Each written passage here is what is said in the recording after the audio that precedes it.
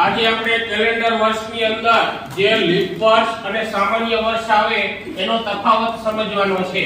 બંનેમાં અઠવાડિયા સેમ આવશે. તો અહીંયા 365 દિવસ હોય, અહીંયા 366 હોય. તો એટલે અઠવાડિયાના કેટલા દિવસ હોય? અઠવાડિયાના 7 દિવસ. તો એને 7 વડે ભાગાકાર કરવાનો. 7 પંજા 35, 1 વૈધો 5, 7 2 14. તો વૈધા કેટલા? અહીંયા ઉપર આવે એ અઠવાડિયા 52 અઠવાડિયા અને નીચે એક દિવસ વધારે છે એટલે 52 અઠવાડિયા એક દિવસ વધારાનો. અહીંયા આપણે ભાગાકાર કરીએ 7 પંજા 35, 1 વૈધો ઉપરથી ઉતર્યા 6, 7 2 14. તો 2 વૈધા. તો અહીંયા 52 અઠવાડિયા થાય છે અને દિવસ વધારાના કેટલા થાય છે? 2. ચાલો ફેબ્રુઆરીમાં 28 દિવસ હોય અને લીપ વર્ષ હોય તો ફેબ્રુઆરીના કેટલા દિવસ હોય? 29. એટલે અહીંયા એક દિવસ વધે છે. અને કેમ વધે છે એ તમારે આગળ જતા સમાજ વિદ્યામાં ભણવાનું આવે. દરેક દિવસ કે વર્ષે અમુક સેકન્ડો વધે છે એટલે 4 વર્ષે એક દિવસ વધારવો પડે. એટલે તમારે આગળ જતા અભ્યાસ કરવામાં આવશે. અત્યારે એમાં આપણે બહુ ઊંડું ઉતરવું નથી. ચાલો જાન્યુઆરી 12 મહિનાના નામ હોય છે.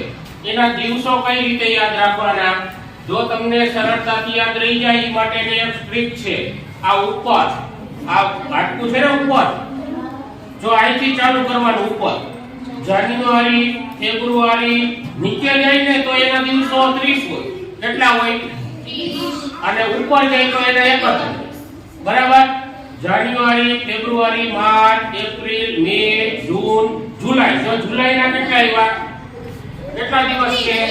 પછી જો અહીંથી ચાલુ કરીને પાછું અહીંયા જ આવી તો ઓગસ્ટ ઉપર આવ્યું ને તો ઓગસ્ટના 31 છે. આ બે મહિના છે એ 31 આવશે. જુલાઈ અને ઓગસ્ટ. પછી પાછું નીચે ઉપર એમ જાઓ એટલે જેમાં નીચે આવશે એના 30, બાકીના 31.